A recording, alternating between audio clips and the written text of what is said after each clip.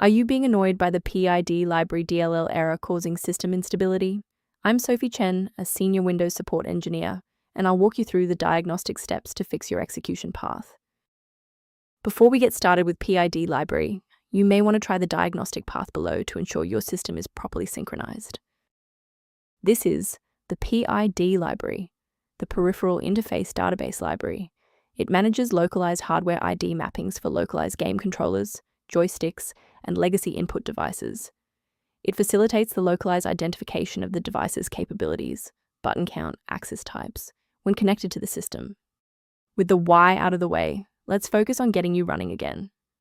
The Pid library, DLL library, is a specialized asset belonging to the localized application ID manifest environment, and you must reinstall the host program that is displaying the error to ensure all internal dependencies are properly synchronized.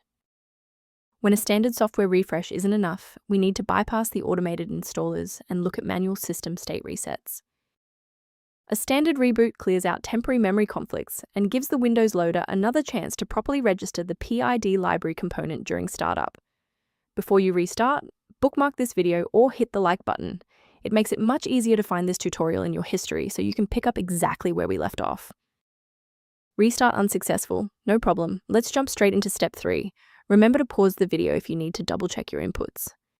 Rebooting didn't restore the monitoring tools, so let's run a command to reset the performance indicators.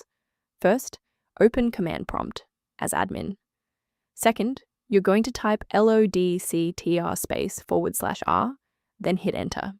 Why are we doing this? Well, these files rarely suffer from physical corruption.